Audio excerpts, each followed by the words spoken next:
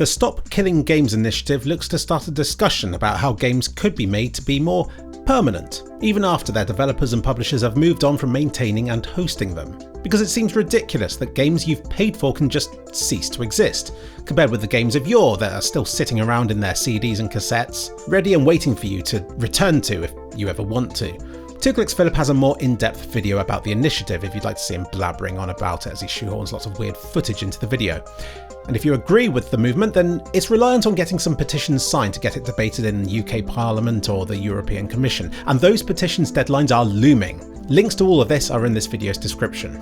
You might not think that any of this applies to you, but as Counter-Strike players it probably affects us more than most. Not just with how CS2 was replaced with CS2, but also because it's made by the same company that hosts Steam itself. What happens if something happens to Valve?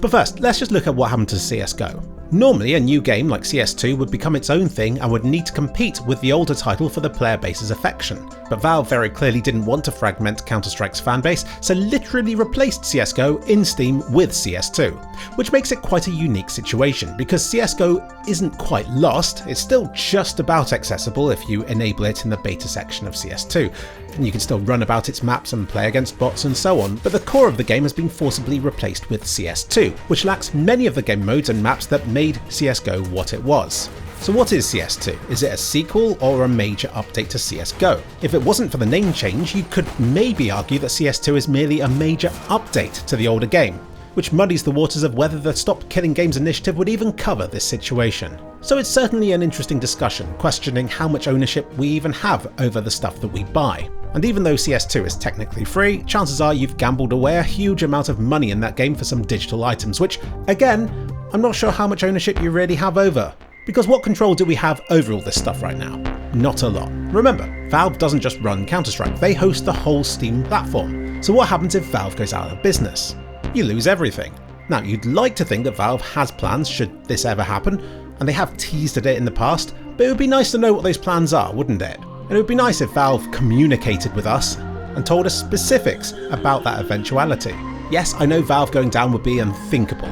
We all like to imagine that it's a magical company with our best intentions at heart, and because they're so rich and successful they'll never change or go out of business. But what if? A company going out of business probably doesn't prioritise your well-being, and if you do get screwed over you might not have much recourse. They're a limited liability company after all.